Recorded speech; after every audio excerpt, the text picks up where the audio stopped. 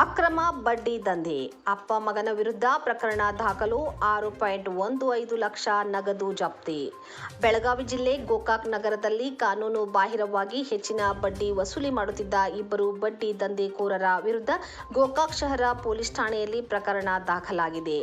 KSP ಆ್ಯಪ್ನಲ್ಲಿ ಬಂದ ದೂರಿನ ಆಧಾರದ ಮೇಲೆ ಕಾರ್ಯಾಚರಣೆ ನಡೆಸಿದ ಪೊಲೀಸರು ಆರೋಪಿಗಳ ಮನೆಯಿಂದ ಲಕ್ಷಾಂತರ ರೂಪಾಯಿ ನಗದು ಹಾಗೂ ಹಲವು ಅಕ್ರಮ ದಾಖಲೆಗಳನ್ನು ಜಪ್ತಿ ಮಾಡಿದ್ದಾರೆ.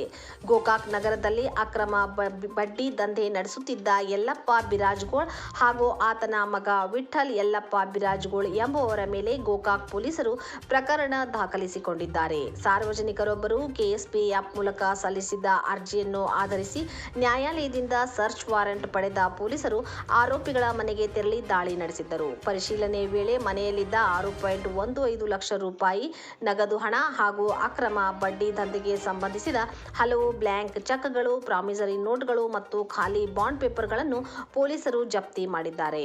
ಕರ್ನಾಟಕದ ಅತ್ಯಧಿಕ ಬಡ್ಡಿ ವಸೂಲಿ ನಿಷೇಧ ಕಾಯ್ದೆ 2004 ಅಡಿಯಲ್ಲಿ ಪ್ರಕರಣ ದಾಖಲಿಸಿಕೊಂಡಿರುವ ಗೋಕಾಕ್ ಶಹರ ಠಾಣೆಯ ಪೊಲೀಸರು ಅಪ್ಪ ಮಗ ಇಬ್ಬರನ್ನು ವಶಕ್ಕೆ ಪಡೆದು ತನಿಖೆ ಮುಂದುವರೆಸಿದ್ದಾರೆ.